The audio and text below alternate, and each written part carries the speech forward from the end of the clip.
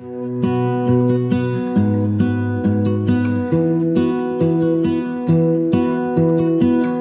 Langner, je suis la fondatrice du bureau de développement textile pyrénéen Maria. Katie Bravo, enseignant-chercheur à l'université Paul Sabatier en sciences de gestion et responsable pédagogique du Master 2 en entrepreneuriat et management des petites et moyennes organisations sur le site de Tarbes. Eneko Galerne, j'ai 23 ans et je suis porteur du projet HERO, Human Energy Recuperation and Optimization.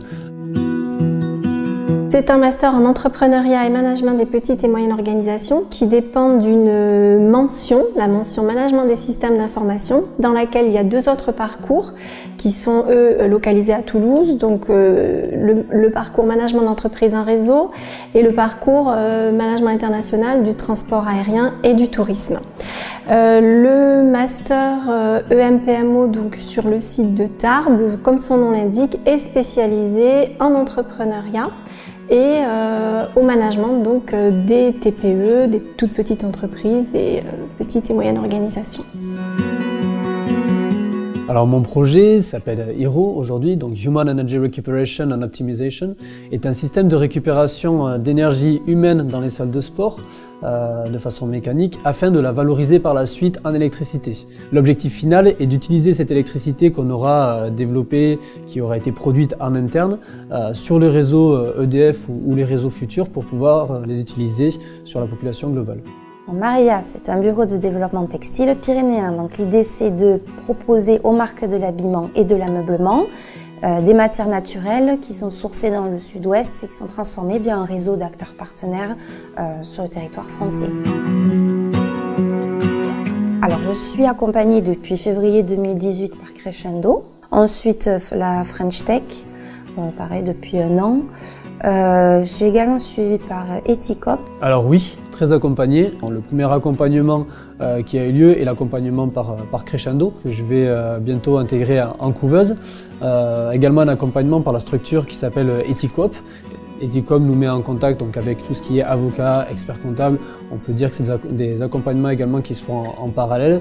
Et il y a donc le réseau Entreprendre, éventuellement des financeurs par la suite qui vont venir s'intégrer au projet pour nous accompagner également.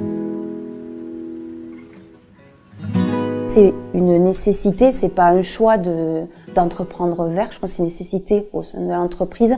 Aujourd'hui, c'est un thème qui est important, qui est de plus en plus en vogue et qui est quelque chose que l'on développe de plus en plus, que la France et également le monde entier recherche.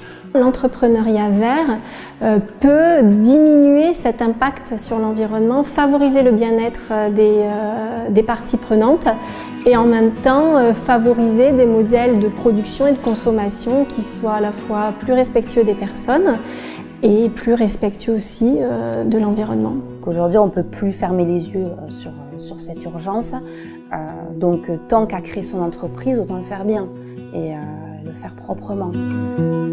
Il faut se faire accompagner, c'est important.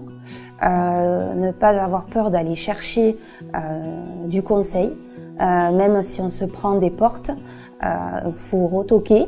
Et puis au bout d'un moment, voilà, on montre notre différence parce qu'on insiste, donc on montre qu'on est motivé sur le projet. Donc se remettre en question constamment, remettre son projet en question et être organisé. Être capable de s'entourer des bonnes personnes, d'identifier les parties prenantes avec qui il faut travailler, d'identifier son écosystème, ça c'est extrêmement important. Parce que ceux qui vont réussir et ceux qui réussissent, c'est ceux qui ont réussi justement à développer un réseau qui leur permette d'aller trouver les compétences quand ils en ont besoin. Parce qu'on ne peut pas savoir tout faire tout le temps et avoir les réponses à tout. Donc savoir bien s'entourer, ouais. Si j'ai un conseil à donner, c'est ça, c'est savoir bien s'entourer.